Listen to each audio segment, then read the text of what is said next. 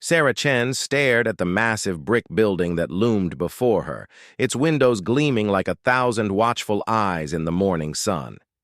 Jefferson High School looked exactly the same as when she'd left it 2 years ago. Same faded blue paint on the metal doors, same cracked concrete steps leading to the main entrance, same groups of students clustering around the front lawn like they owned the place. But Sarah was not the same girl who had walked out of these doors at 16. The scar that ran from her left temple to her jawline caught the sunlight as she adjusted the strap of her worn military-issue backpack. Her right hand, missing 2 fingers from a plasma grenade explosion on Kepler 442b, gripped the acceptance letter that had arrived 3 weeks ago. The letter that said she could finish her senior year despite everything that had happened. Despite the war, despite the things she'd done, despite the things she'd seen. "Sarah!" a familiar voice called out across the parking lot. She turned to see Mrs. Rodriguez, her old chemistry teacher, hurrying toward her with a warm smile. The woman looked older, more tired, with new lines around her eyes that hadn't been there before. "Mrs. Rodriguez?" Sarah nodded, keeping her voice steady. "Military protocol died hard, even in civilian settings. I heard you were coming back. The principal told me yesterday." Mrs. Rodriguez's eyes flickered to the scar, then to Sarah's hand, but her smile never wavered. "We're so proud of you, dear. What you did out there, saving all those colonies." Sarah's jaw tightened. She didn't want to talk about the colonies, didn't want to remember the screaming, the way the Keth tar had torn through the settlement on Proxima C like paper dolls. Didn't want to think about how she'd been the only one left standing when the smoke cleared. "I just want to finish school," Sarah said quietly. Mrs. Rodriguez nodded, understanding flashing in her dark eyes. "Of course. Your homeroom is 204, same as it would have been. Mr. Peterson is expecting you." As Sarah walked toward the building, students began to notice her. Whispers followed in her wake like ripples on water. She caught fragments of conversations. "That's her, the one who fought the aliens. Look at her hand. My dad says she killed like 1,000 of them. She looks scary now." Sarah kept walking. She'd faced down Keth tar war machines that stood 3 stories tall. She could handle teenage whispers. The hallways were exactly as she remembered, 2 bright fluorescent lighting, lockers slamming shut, the smell of industrial cleaner mixed with teenage desperation. But everything felt smaller now, like a dollhouse she'd outgrown. Room 204 was buzzing with pre-class chatter when she walked in. The conversation died instantly. 28 pairs of eyes locked onto her, taking in the scars, the military bearing, the way she automatically scanned the room for exits and potential threats. Mr. Peterson, a thin man with kind eyes behind wire-rimmed glasses, looked up from his desk. "Ah, Sarah, welcome back. Class, this is Sarah Chen. Some of you knew her before she served." Sarah didn't sit down immediately. Old habits. She noted the window positions, the distance to the door, which students looked like potential problems. Jake Morrison still wore the same sneer he'd had 2 years ago, though he was bigger now, more muscular. Tiffany Walsh still had that mean glint in her eye that had made freshman year hell for anyone she deemed unworthy. "You can sit anywhere you'd like," Mr. Peterson said gently. Sarah chose a seat in the back corner where she could see the whole room. The chair felt strange after months of sleeping on metal bunks and rocky ground. "Now, as I was saying," Mr. Peterson continued, "your senior project proposals are due next Friday. This is worth 30% of your grade, so I suggest you take it seriously." Tiffany's hand shot up. "Mr. Peterson, what about Sarah? She missed like 2 years of school." "How is that fair to the rest of us?" "Sarah will be held to the same standards as everyone else," Mr. Peterson replied firmly. "She'll have some catching up to do naturally, but—" "Catching up?" Jake snorted. "She was off playing soldier while we were actually learning. Maybe she should go to military school instead of taking spots from people who actually belong here. Sarah's fingers drummed once on her desk, a nervous habit she'd developed during firefights. The sound was soft, but in the sudden silence, it seemed loud as gunshots. "Something to say, war hero?" Jake's voice dripped with sarcasm. Sarah looked at him for a long moment. Jake Morrison, used to shove smaller kids into lockers, used to cheat off other people's tests, used to make girls cry in the hallways for sport. "No," she said quietly. Nothing to say. But Jake wasn't done. "I heard you were on some planet when the aliens attacked. Must have been scary, hiding in bunkers while the real soldiers did the fighting." Sarah's hand stilled. Around the room, students held their breath. Even Mr. Peterson had gone quiet, sensing the sudden tension in the air. "Jake," Sarah said, her voice still soft, "do you know what a Kethtar looks like?" "Some kind of bug, right? Like in the movies?" "They're 8 feet tall," Sarah continued conversationally. "They have 4 arms, each one strong enough to rip a human in half. Their skin is like armor plating, and they have acid for blood. When they die, they scream in frequencies that can burst your eardrums if you're too close." The classroom had gone completely silent. "The one I killed on Proxima C had been feeding on a little girl, maybe 6 years old. Her name was Emma. She had pigtails and a stuffed rabbit." Sarah's voice never changed, still calm, still conversational. "The Kethtar was eating her while she was still alive, Jake, and when I put my plasma rifle against its head and pulled the trigger, it exploded like a watermelon. The acid burned through my gloves and took these 2 fingers." She held up her damaged hand. "But Emma's screaming stopped, so I consider it a fair trade." Jake had gone pale. Around the room, students stared with a mixture of fascination and horror. "Sarah," Mr. Peterson said gently, "perhaps we should—" The bell rang, cutting him off. Students began gathering their things, moving more quietly than usual. As they filed out, Sarah heard the whispers start again. "Did you hear what she said? She actually killed one of those things. Her hand... Jesus." Sarah packed her things slowly, letting the room empty. When she looked up, only Mr. Peterson remained. "Sarah," he said carefully, "I know this transition is difficult. If you need to talk to someone, the school counselor—" "I'm fine," Sarah said, shouldering her pack. "Are you? Because what just happened?" Sarah paused at the door. "Mr. Peterson, Jake Morrison used to terrorize half the kids in this school. He never got in trouble for it because his dad's on the school board. Now he's scared of me." She shrugged. Maybe that's not such a bad thing. The rest of the morning passed in a blur of stares and whispers. Math class was a joke. She'd learned more advanced calculations, figuring artillery trajectories on foreign planets. English was tolerable, though the teacher seemed nervous around her. History was ironic. They were studying the colonial wars, the same conflicts she'd just lived through. Lunch was when the real problems started.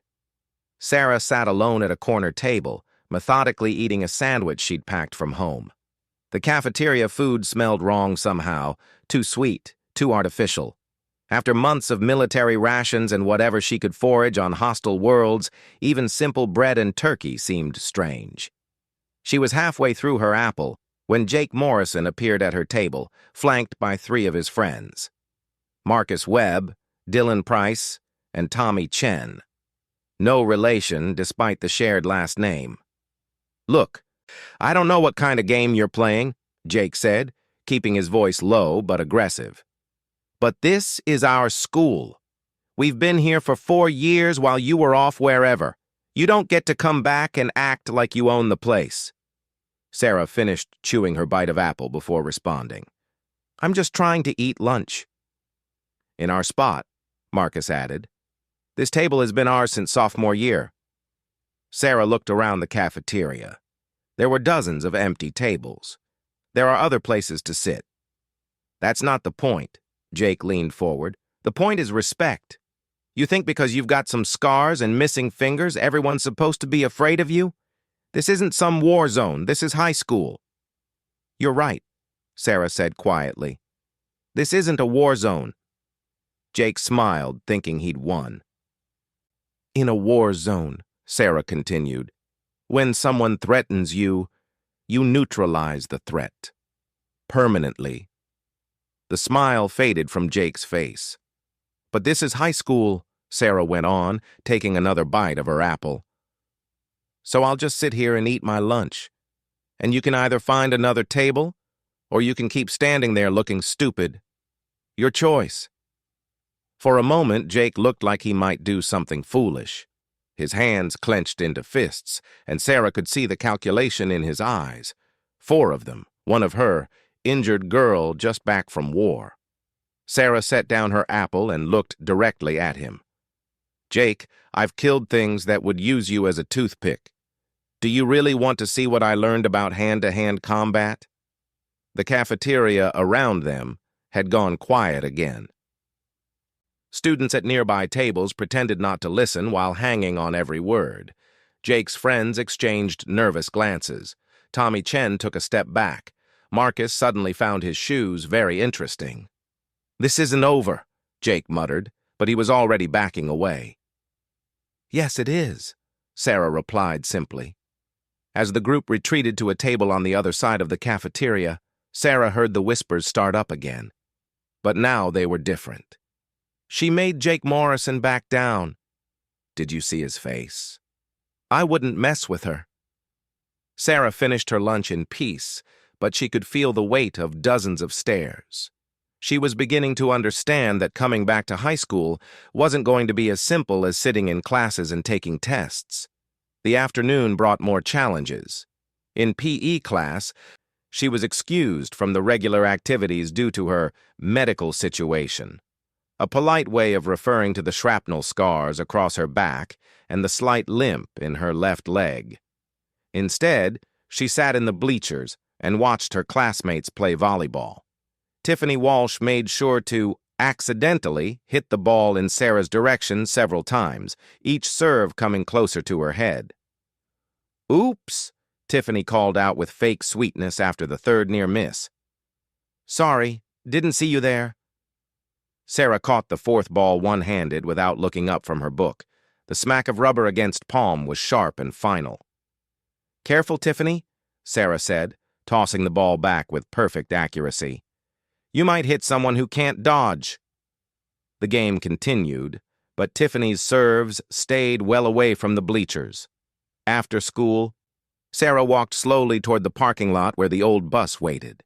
The same bus, the same route she'd taken before the war, before everything changed. Sarah, wait up! She turned to see a girl jogging toward her. Medium height, curly red hair, freckles scattered across a friendly face. It took Sarah a moment to place her. Rebecca Martinez? Sarah said uncertainly. Becky, yeah. The girl smiled. We had chemistry together freshman year, before you left. Sarah nodded slowly. She remembered Becky as quiet, studious, the kind of girl who sat in the front row and always had her homework done. I just wanted to say welcome back, Becky continued. And also, thank you for what you did out there. My cousin was stationed on Kepler 442b when the Keth-Tar attacked. He said if your unit hadn't held the line, everyone would have died. Sarah's throat tightened.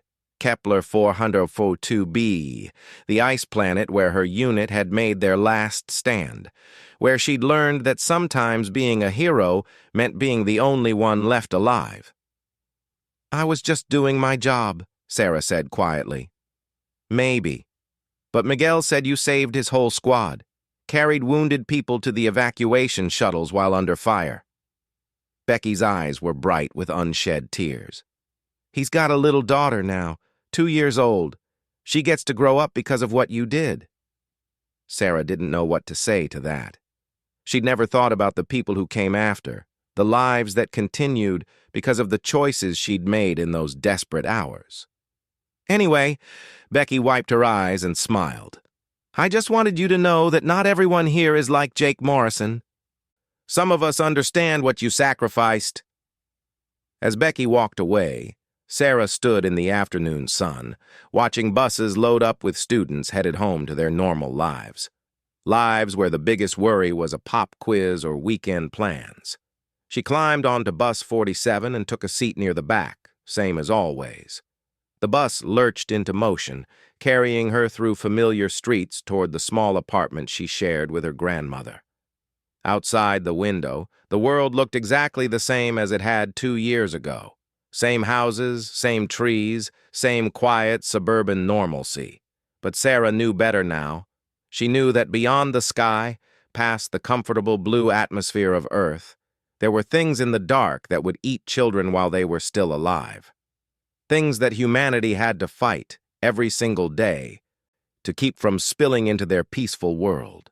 And she knew that in the morning, she'd have to come back to Jefferson High School and pretend that algebra and English literature mattered more than the nightmares that still woke her up screaming.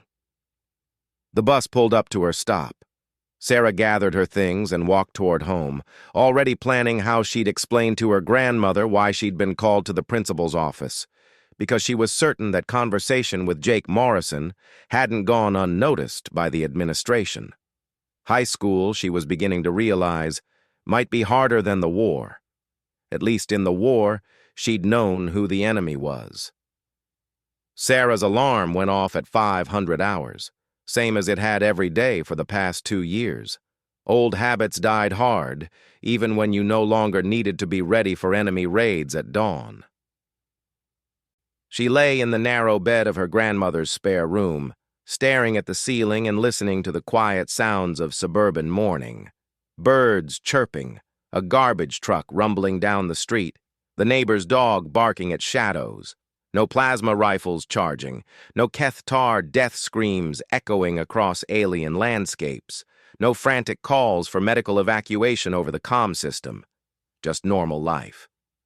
Sarah swung her legs out of bed and began her morning routine. 25 push-ups, despite the protest from the shrapnel scars across her shoulders. 50 sit-ups, ignoring the way her left side pulled where the field medic had stitched her back together on Tau Ceti Prime. Basic stretches to keep her damaged leg flexible. By 05:30, she was showered and dressed in civilian clothes that still felt strange after months of military fatigues. Blue jeans and a gray sweater that hid most of her scars. Her grandmother was already in the kitchen when Sarah came downstairs, humming softly as she prepared breakfast. Elena Chen had raised Sarah after her parents died in a transport accident when she was 12. The old woman had never asked many questions about what happened during the war, but Sarah caught her sometimes staring at the scars with sad eyes.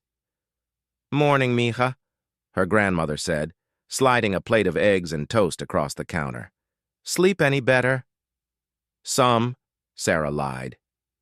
The nightmares had been particularly vivid last night. Emma's screaming, mixing with the sound of Kethtar claws scraping against metal, the smell of burning flesh and ozone from plasma weapons. "The school called yesterday evening," her grandmother continued carefully. "Principal Watson wants to see you before first period." Sarah nodded, not surprised. The confrontation with Jake Morrison had been witnessed by half the cafeteria. Word traveled fast in high school. "Am I in trouble?" Sarah asked, more curious than worried. "I don't think so. He sounded concerned, said something about making sure you have proper support systems in place."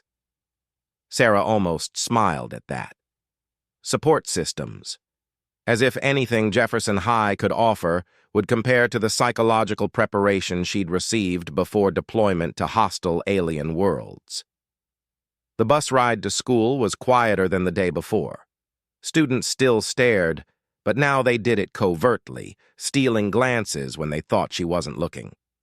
Sarah had learned to notice everything during the war: peripheral movement, changes in breathing patterns, the subtle shift in body language that meant someone was about to do something stupid. High school students, she was discovering, were terrible at hiding their intentions. Principal Watson's office was exactly as she remembered: wood paneling, motivational posters, and the lingering smell of coffee that had been reheated one too many times. Watson himself was a thin man in his 50s with graying hair and tired eyes that suggested he'd seen too many teenage crises to be shocked by much. "Sarah, thank you for coming in," he said, gesturing to a chair across from his desk.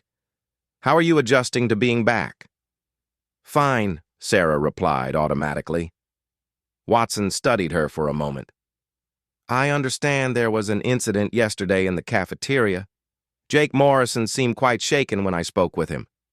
He invaded my personal space. I made it clear that wasn't acceptable." "By threatening him?" Sarah considered this. "I pointed out the reality of our respective situations. Jake interpreted that as a threat." "Sarah, I need you to understand something." Watson leaned forward, his voice gentle but firm. "What you've been through, what you've done for our colonies, we're all grateful. But this is a different environment now. These students haven't seen what you've seen. They're just kids trying to navigate high school." "So am I," Sarah said quietly. "Are you?" Watson's question hung in the air for a moment. "Because from what I'm hearing, you're having trouble relating to your peers. Your teachers say you seem disconnected from the material, and yesterday's incident suggests you might be having difficulty with social reintegration." Sarah felt a familiar flash of irritation. Everyone wanted to analyze her, fix her, help her adjust, as if what she'd experienced was some kind of malfunction rather than a necessary response to impossible circumstances. "Principal Watson, would you like to know what I did 3 months ago?" Watson blinked, clearly not expecting the question. "If you want to share." "I held a defensive position for 18 hours while civilians evacuated from a Kethtar assault. I used a plasma rifle to kill creatures that were designed to be unstoppable killing machines. I watched good people die because I couldn't be everywhere at once, and when it was over, I helped load body bags onto transport ships." Sarah's voice remained calm, conversational. "Yesterday, a boy who's never faced anything more dangerous than a pop quiz tried to intimidate me over a lunch table, so forgive me if I don't find his feelings particularly important." Watson was quiet for a long moment. When he spoke, his voice was softer. "Sarah, what you've been through, no one should have to carry that kind of experience at 18 years old, but you're here now trying to finish school and build a normal life. That's admirable. It's also going to require some compromises." "What kind of compromises?" "The kind where you remember that these students are your peers, not enemy combatants. Where you participate in school activities instead of just observing everything like a tactical situation. Where you let people help you instead of handling everything alone." Sarah stood up. "Is there anything else, Principal Watson? I have chemistry class." Watson sighed. "We're requiring you to meet with the school counselor twice a week. Mrs. Kim has experience with students dealing with trauma." "I'm not traumatized. I'm trained." "Sarah, those two things aren't mutually exclusive." She left the principal's office with a slip of paper directing her to report to Mrs. Kim during her study hall period. Another appointment, another person who wanted to understand her experience without having lived it. Chemistry class was a relief after the morning's complications. Mrs. Rodriguez treated her like any other student, calling on her to answer questions about molecular structures and chemical bonds. Sarah found the work almost meditative, precise, logical, predictable, unlike combat, where variables could change in microseconds.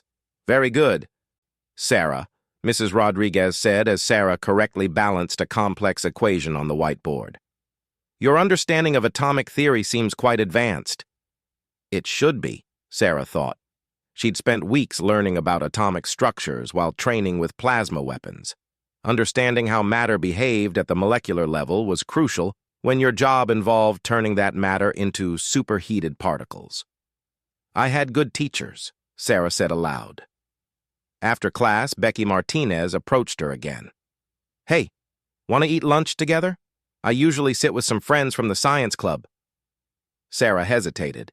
Eating with other people meant conversation, questions, explanations she wasn't ready to give, but it also meant avoiding another confrontation with Jake Morrison's group.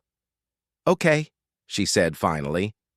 Becky's lunch table included 4 other students, 2 boys and 2 girls, that Sarah vaguely recognized but had never really known. They looked up with curiosity as she approached, but their expressions were more interested than hostile. "Everyone, this is Sarah," Becky said as they sat down. "Sarah, this is David Kim, Jennifer Walsh, Marcus Chen, and Tony Rodriguez." Sarah noted the names and faces automatically. David Kim, Asian, thin build, nervous energy, probably good with computers. Jennifer Walsh, no relation to Tiffany, based on the kind eyes and genuine smile. Marcus Chen, again, no relation to her, mixed heritage, confident posture. Tony Rodriguez, Mrs. Rodriguez's son if the family resemblance was any indication. "We heard about yesterday," Marcus said bluntly. "Jake Morrison's been talking about it all morning." "What's he saying?" Sarah asked, though she wasn't particularly concerned. "That you threatened to kill him," Jennifer replied. "But nobody believes him. Jake's always been dramatic. Plus, if you really wanted to kill him," Tony added with a grin, "he'd already be dead, right?" Sarah looked at him sharply, but his expression was more admiring than fearful. "Violence isn't a solution to high school problems." "Tell that to Jake," David muttered. "He's been making life miserable for freshmen since he got here. Maybe it's time someone stood up to him." "Sarah's not here to be our personal bodyguard," Becky said firmly. "She's trying to finish school like the rest of us." "Actually," Jennifer said slowly, "that gives me an idea. Sarah, are you planning to do any extracurricular activities?" "I hadn't thought about it. You should consider academic decathlon. We need one more person for the team, and your chemistry knowledge would be perfect." Sarah frowned. "Academic decathlon?"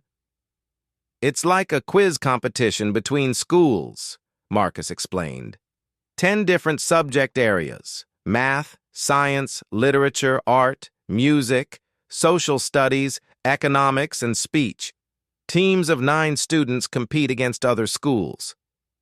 "Why would I want to do that?" "Because," Becky said with a knowing smile, "it gets you out of regular classes for practice, looks good on college applications, and gives you something constructive to focus on." Sarah considered this. She'd been dreading the long afternoons, with nothing to do but sit in her grandmother's house and try not to think about the war. A structured activity might be helpful.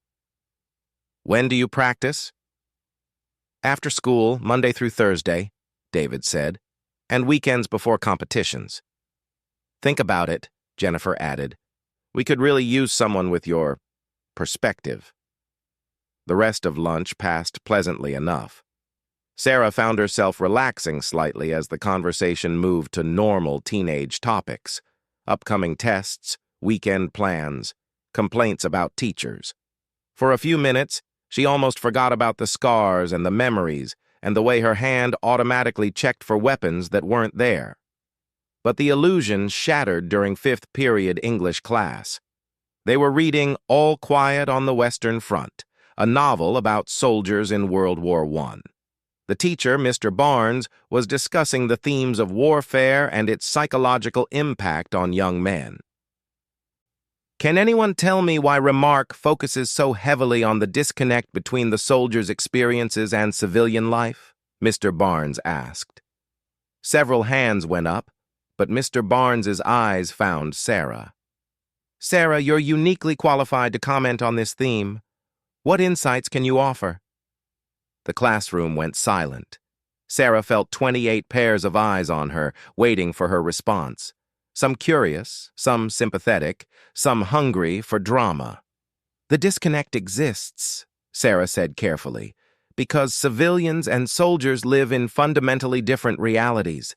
Civilians worry about things that seem trivial to someone who's seen actual life and death situations. And soldiers can't relate to problems that don't involve immediate physical survival. Can you elaborate? Sarah glanced around the room, noting the rapt attention of her classmates. When you've watched people die, it's hard to care about who's dating whom or whether you have the right shoes for the school dance. When you've had to make split-second decisions that determine whether people live or die, arguing about homework deadlines seems pointless.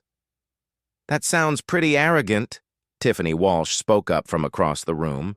Like you think you're better than everyone else. Sarah turned to look at her. Tiffany sat with perfect posture, her blonde hair styled flawlessly, her expression challenging. Not better, Sarah said quietly. Different. Different how? I know things I wish I didn't know. I've done things I can't undo. I've seen the universe as it actually is, not as we pretend it is here on Earth. And how is the universe exactly? Tiffany's voice dripped with skepticism. Sarah was quiet for a long moment, remembering the endless black between stars, the colonies that had been wiped out before help could arrive, the Kethtar ships that blotted out alien suns. Hostile, she said finally. The universe is actively hostile to human life. We exist in a tiny bubble of safety and warmth, and beyond that bubble are things that want to destroy us simply because we're different from them. That's a pretty dark worldview, Mr. Barnes observed. It's a realistic worldview, Sarah replied. The Kethtar didn't attack our colonies because they hated us personally. They attacked because we existed in space they wanted to claim. To them, we're just an inconvenience to be eliminated. So, what's the point? Jake Morrison had been quiet all class, but now his voice cut through the discussion. If the universe is so hostile, why bother with school or normal life or any of this? Sarah looked at him, seeing not the bully who'd tried to intimidate her yesterday, but a scared 18-year-old asking a genuine question. Because, she said slowly, someone has to maintain the bubble. Someone has to make sure there's a civilization worth protecting when the next attack comes. And someone has to remember that individual human lives matter, even when the universe suggests otherwise. You really think there will be another attack? Jennifer Walsh asked quietly. Sarah nodded. The Kethtar weren't the only hostile species out there. They weren't even the worst. Humanity has been lucky so far, but luck doesn't last forever. The bell rang, cutting off the discussion. As students gathered their books, Sarah heard the familiar whispers starting up again, but this time they seemed different. Less gossip, more thoughtful consideration. As she headed toward her locker, Tony Rodriguez caught up with her. Hey, that was some heavy stuff in English class. Too heavy. Nah, honest, most adults won't tell us the truth about anything important. They act like if they don't mention the scary stuff, it'll go away. Sarah paused at her locker combination. The scary stuff doesn't go away because you ignore it. It just gets worse. Is that why you came back? To school, I mean? To help maintain the bubble? Sarah considered the question as she pulled out her textbooks. It was more insightful than she'd expected from a high school student. Partly, she admitted. Also because I need to figure out who I am when I'm not fighting. Any luck with that? Sarah looked at him. Really looked. Tony Rodriguez was maybe 17 years old, with his mother's kind eyes and an intelligence that suggested he thought deeply about things most teenagers ignored. Ask me next month, she said. As Tony walked away, Sarah realized something had shifted during English class. The questions her classmates were asking weren't just about her war experience anymore. They were asking about bigger things, life, purpose, the nature of existence itself. Maybe Principal Watson was right. Maybe she did need to find ways to connect with her peers. But maybe her peers also needed to connect with the reality she represented. The thought followed her through the rest of the day, through her first session with Mrs. Vidas Kim, who was surprisingly practical and less interested in feelings than in coping strategies, through the bus ride home, through dinner with her grandmother. That night, as she lay in bed staring at the ceiling, Sarah made a decision. Tomorrow, she would ask Jennifer Walsh about academic decathlon. It was time to find out if the skills she'd learned fighting for humanity's survival could be useful in more peaceful contexts. Outside her window, the stars shone with cold, distant light. Somewhere among them, hostile forces might already be planning humanity's next challenge. But here on Earth, in Jefferson High School, 18-year-old humans were learning to think about big questions and face difficult truths. Maybe that was its own kind of victory. Maybe that was enough to build on. Sarah found Jennifer Walsh at her locker the next morning, carefully organizing textbooks with the precision of someone who took academics seriously. "I want to join academic decathlon," Sarah said without preamble. Jennifer looked up, surprised. "Really? That's great. But you know we have our first competition in 3 weeks, right? That's not much time to prepare." "I learn fast." "I'm sure you do, but this isn't like studying for a regular test. Academic decathlon covers 10 subjects, and the questions get pretty specialized. Our team has been preparing since the beginning of the school year." Sarah considered this. In the military, she'd been thrown into situations with minimal preparation more times than she could count. 3 weeks was practically luxury. "When's the next practice?" "Today, after school, room 215. "But Sarah?" Jennifer hesitated. "The team dynamic is pretty important. We've been working together for months. Adding someone new this late might disrupt things." "I won't disrupt anything," Sarah said quietly. "I'll learn the material, contribute what I can, and follow the team's lead." Something in her tone must have convinced Jennifer because she nodded slowly. "Okay, come to practice today. We'll see how it goes." The rest of the morning passed normally enough, but Sarah noticed a subtle change in the atmosphere. Word had spread about her English class discussion the day before, and students looked at her differently now. Less like a curiosity and more like someone whose opinions might actually matter. During chemistry, Mrs. Rodriguez pulled her aside after class. "Sarah, I heard you might be joining academic decathlon." "Possibly." "Good. Those students could use someone with your perspective. They're brilliant kids, but sometimes they get so focused on theoretical knowledge that they forget about practical application." "Is that a problem?" Mrs. Rodriguez smiled. "Let's just say that knowing the chemical formula for an explosive compound is very different from understanding why someone might need to use explosives in the first place." Sarah understood. Academic knowledge was important, but so was the kind of hard-won wisdom that came from applying that knowledge under pressure. Lunch with Becky's group was becoming routine, which Sarah found surprisingly comfortable. The conversation flowed easily between school gossip, weekend plans, and increasingly serious discussions about current events. Today's topic was the latest news from the outer colonies. "They're saying the terraforming project on Wolf 359 is ahead of schedule," David reported, reading from his tablet. "Atmospheric processors are working better than expected." "That's good news," Marcus said. "More livable planets means less pressure on Earth's resources." "It also means more targets for the next alien attack," Sarah added quietly.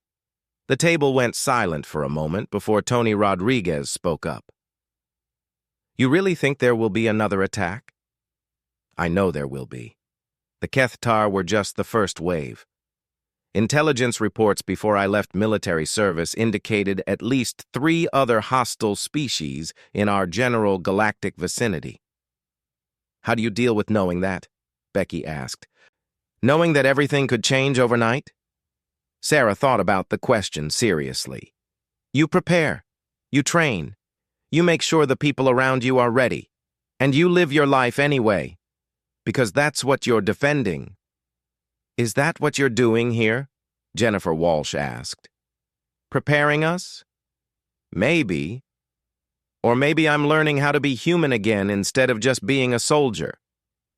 The conversation was interrupted by the arrival of Jake Morrison and his usual entourage. They didn't approach the table directly, but Jake made sure to walk past close enough that Sarah would notice him. "Still playing soldier, Chen?" he said as he passed. "This isn't some alien battlefield." Sarah looked up at him calmly. "You're right, Jake. If this were a battlefield, you'd already be dead." Jake stopped walking, his face flushing red. "Is that another threat?" "No," Sarah replied, her voice matter-of-fact. "It's an observation. In a real combat situation, someone with your tactical awareness wouldn't survive the first engagement." "My tactical awareness?" Sarah gestured slightly with her hand, a movement so small it was almost invisible. "You approached from my blind side, but you announced yourself before getting into position. You brought backup, but positioned them where they can't effectively support you. You're standing close enough that I could disable you before your friends could react. And you've chosen a confrontation site where you have no escape routes if things go badly." Jake's friends exchanged nervous glances. Marcus Webb took a step backward. "On top of that," Sarah continued conversationally, "you're emotionally compromised, which means you're not thinking clearly. You're broadcasting your intentions with your body language, and you've chosen to engage a target whose capabilities you don't understand." She took a bite of her sandwich. "In summary, your tactical awareness is terrible." Jake stood there for a moment, mouth opening and closing like a fish. Finally, he managed, "You're crazy." "I'm trained," Sarah corrected. "There's a difference." As Jake's group retreated, Sarah's tablemates stared at her with a mixture of awe and concern. "That was—" David started. "Terrifying," Becky finished. "Was I wrong?" Sarah asked. "No," Tony said slowly. "That's what makes it terrifying. You analyzed the whole situation in like 10 seconds. It was pretty obvious. Jake always leads with emotion instead of strategy." "Most people don't think about social interactions in terms of strategy," Jennifer pointed out. Sarah paused, considering this. Maybe they should. Understanding position, timing, and motivation is useful in any kind of conflict resolution. "Even academic competitions?" Jennifer asked with a slight smile. "Especially academic competitions?" That afternoon, Sarah reported to room 215 for academic decathlon practice. The team was already assembled when she arrived. Jennifer Walsh, David Kim, Becky Martinez, Tony Rodriguez, Marcus Chen, and 3 other students she hadn't met, Amanda Foster, Kyle Park, and Lisa Santos. The faculty advisor was Mr. Phillips, a math teacher with an impressive mustache and the kind of intense focus that suggested he took competition seriously. "Sarah," he said as she entered, "Jennifer tells me you're interested in joining the team." "Yes, sir. We're 3 weeks out from regionals. That's not much time to get up to speed on all 10 subjects." "I understand. Let's see what you're working with. David, run her through a sample round." For the next hour, Sarah faced rapid-fire questions from across the academic spectrum: mathematics, science, literature, economics, art, music, social studies, and speech. Some answers came easily. The math and science were straightforward, and her military experience had given her broader knowledge of history and economics than most high school students possessed. Other areas were more challenging. Art and music had never been priorities during her education, and while she could analyze literature, she lacked the deep familiarity with classic works that came from years of English classes. When the session ended, Mr. Phillips studied his scoring sheet. "Your strengths are definitely in the sciences and mathematics," he said. "That's not surprising given your background. Your knowledge base in social studies and economics is unusually sophisticated for a high school student. Literature is adequate but could use work. Art and music." He shrugged. "Where do I need to focus?" Sarah asked.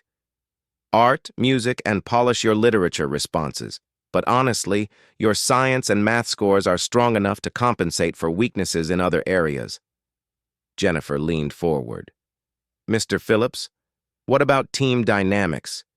Can we integrate someone new this late in the season? Mr. Phillips looked at Sarah thoughtfully. That depends.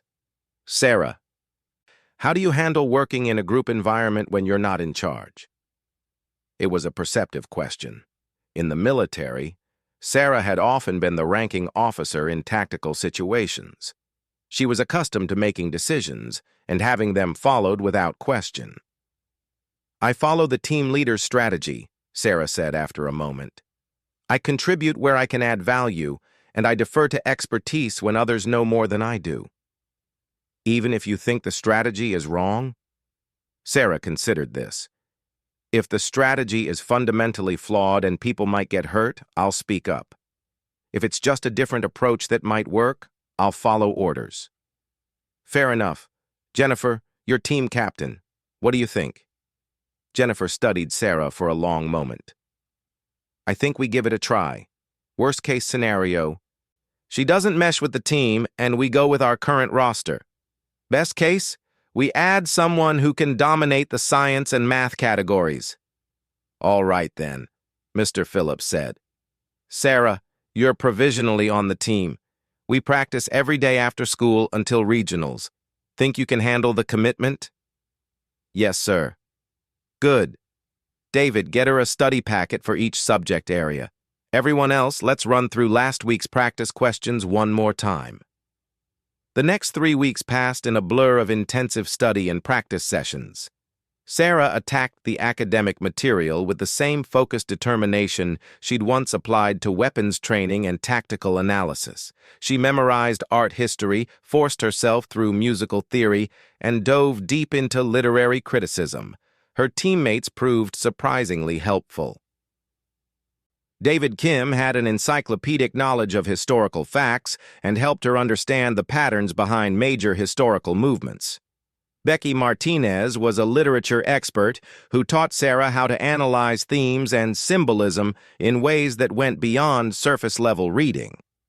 Tony Rodriguez, meanwhile, seemed fascinated by Sarah's analytical approach to competition strategy. You treat this like a military operation? He observed one afternoon as they reviewed practice questions.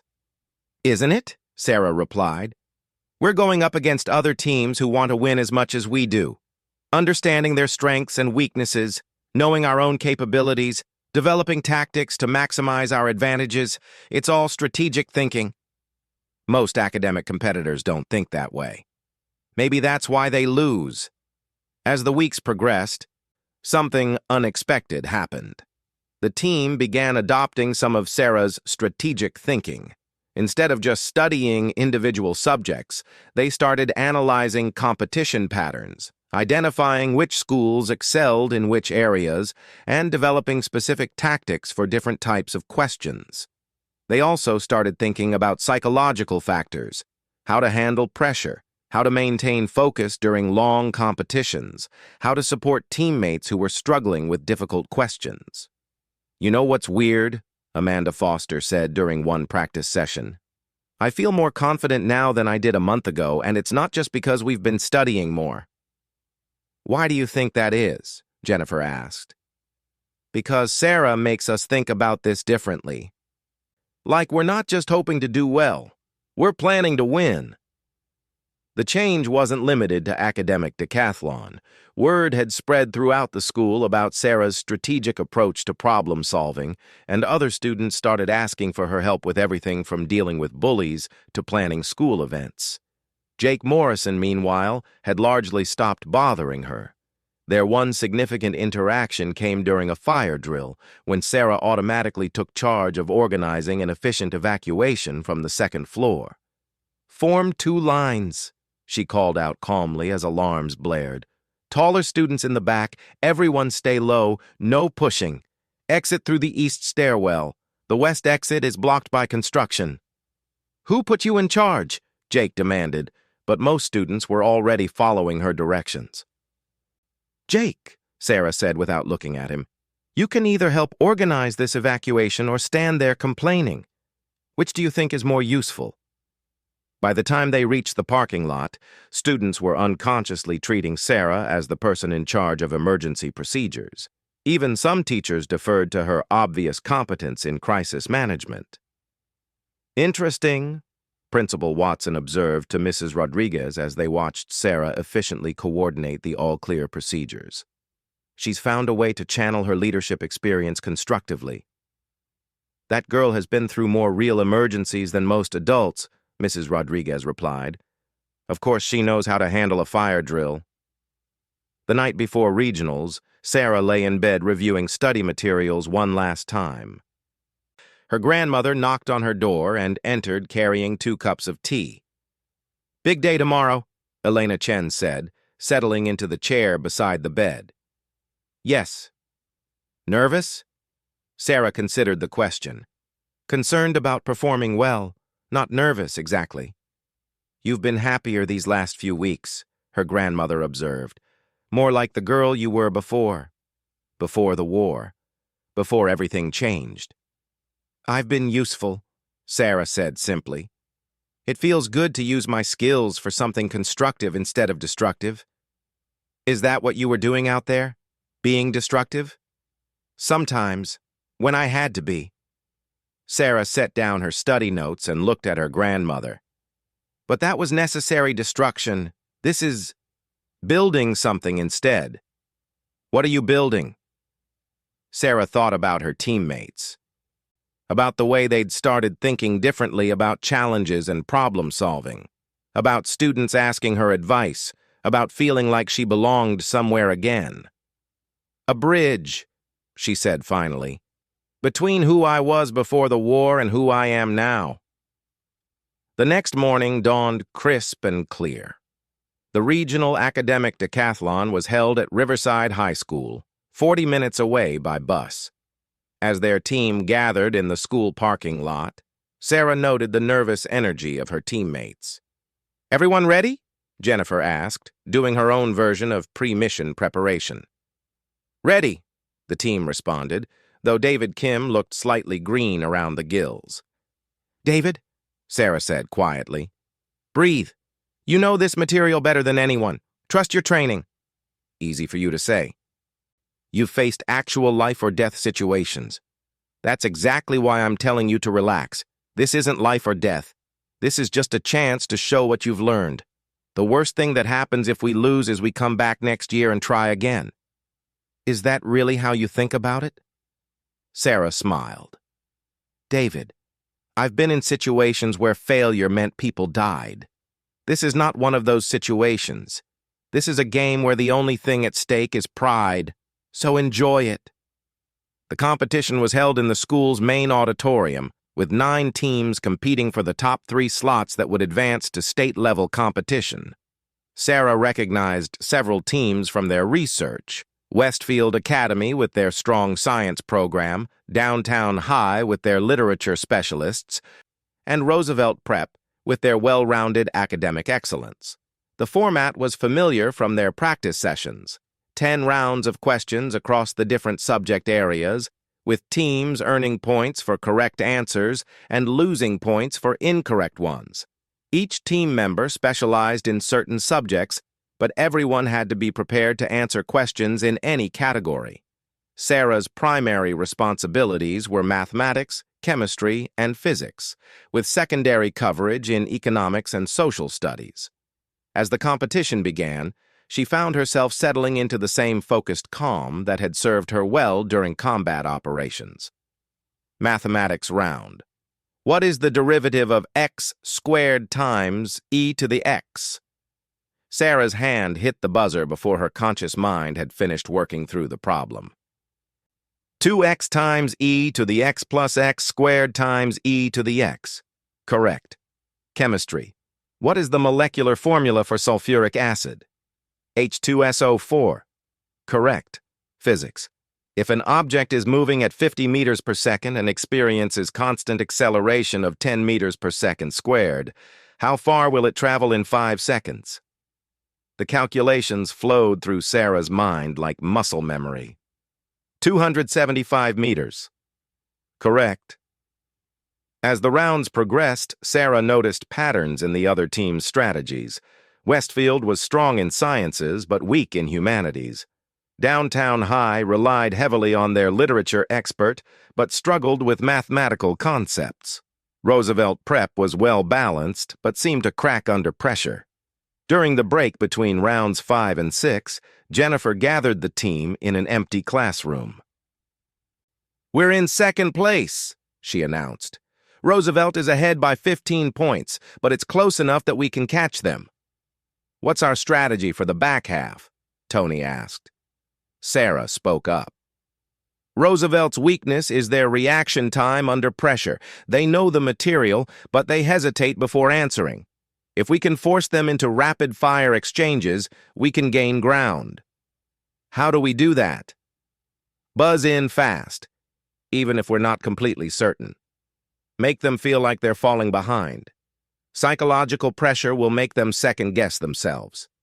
Jennifer nodded slowly. "It's risky. If we guess wrong, we lose points." "Calculated risk," Sarah replied.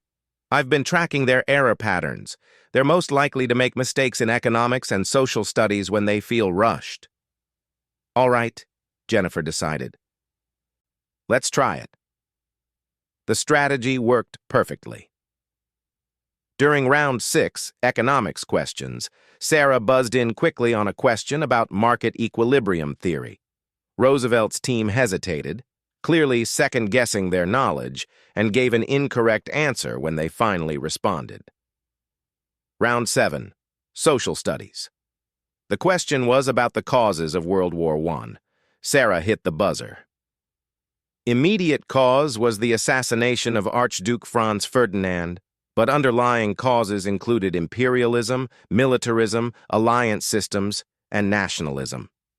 Correct. Roosevelt's captain stared at her, visibly frustrated by the rapid-fire pace. Round 8. Literature. This wasn't Sarah's strongest subject, but she'd studied hard. "Who wrote The Great Gatsby?" David Kim's hand slammed the buzzer. "F. Scott Fitzgerald." Correct. By round 9, they had pulled ahead by 8 points. Roosevelt Prep was clearly rattled, making uncharacteristic errors in their usually strong subject areas. Round 10 was mixed questions, anything from any category. "Final question," the moderator announced. "This is worth double points. The category is applied science. Question: what is the primary chemical reaction that occurs in plasma weapons used by human military forces?" The auditorium went silent. This wasn't a typical high school question. Sarah realized that her presence on the team had influenced the types of questions being asked. She looked around at her teammates. This was clearly her question to answer. Sarah hit the buzzer. "Plasma weapons work by electromagnetically confining hydrogen isotopes at extremely high temperatures, typically over 100 million degrees Celsius. At these temperatures, the hydrogen nuclei overcome electromagnetic repulsion and undergo nuclear fusion, releasing tremendous energy in the form of high-energy particles and electromagnetic radiation." Correct. The auditorium erupted in applause. Jefferson High had won the regional competition by 12 points. As her teammates celebrated around her, Sarah felt something she hadn't experienced since before the war. Pride in accomplishment without the weight of survival attached to it. "Sarah!" Jennifer grabbed her in a fierce hug. "That was incredible. How did you know that question?" "I've worked with plasma weapons," Sarah said simply. "Understanding the science makes you a better soldier." "Well, it just made us regional champions," Tony said, grinning. As they gathered their things to leave, Principal Watson appeared at Sarah's side. "Congratulations," he said warmly. "I hear you found your place on the team." "They found a place for me," Sarah corrected. "Same thing. Sarah, I owe you an apology. When you first came back, I was worried about how you'd fit in. I thought your military experience might make it difficult for you to relate to normal teenage activities." "You weren't wrong," Sarah said. "But you weren't completely right either." "How so?" Sarah looked around at her teammates, still celebrating their victory. You assumed I needed to leave my military experience behind to fit in. But actually, I needed to find ways to use that experience constructively. These students didn't need me to pretend I was just another teenager. They needed me to bring my unique perspective to help them succeed. Watson nodded slowly. And in doing so, you found a way to be both a veteran and a student. Something like that. As the bus pulled away from Riverside High, Sarah sat with her teammates, listening to their excited chatter about state-level competition. Through the window, she could see the stars beginning to appear in the darkening sky. Somewhere out there, hostile forces might indeed be planning humanity's next challenge. But here on Earth, in a bus full of teenage academic competitors, young humans were learning to think strategically, solve complex problems, and support each other under pressure. They were learning to be the kind of people who could face the unknown with intelligence, courage, and determination. They were learning to be human in the best sense of the word. And Sarah Chen, veteran of the Keth Tar War, was learning that sometimes the most important battles weren't fought with weapons. Sometimes they were fought with knowledge, teamwork, and the unshakable human conviction that any challenge could be overcome with enough preparation and the right people at your side. The bus rolled through the night toward home, carrying 9 teenagers who had proven that academic excellence was just another form of human achievement worth defending. Sarah smiled and began planning strategies for the state competition. After all, they had a championship to win.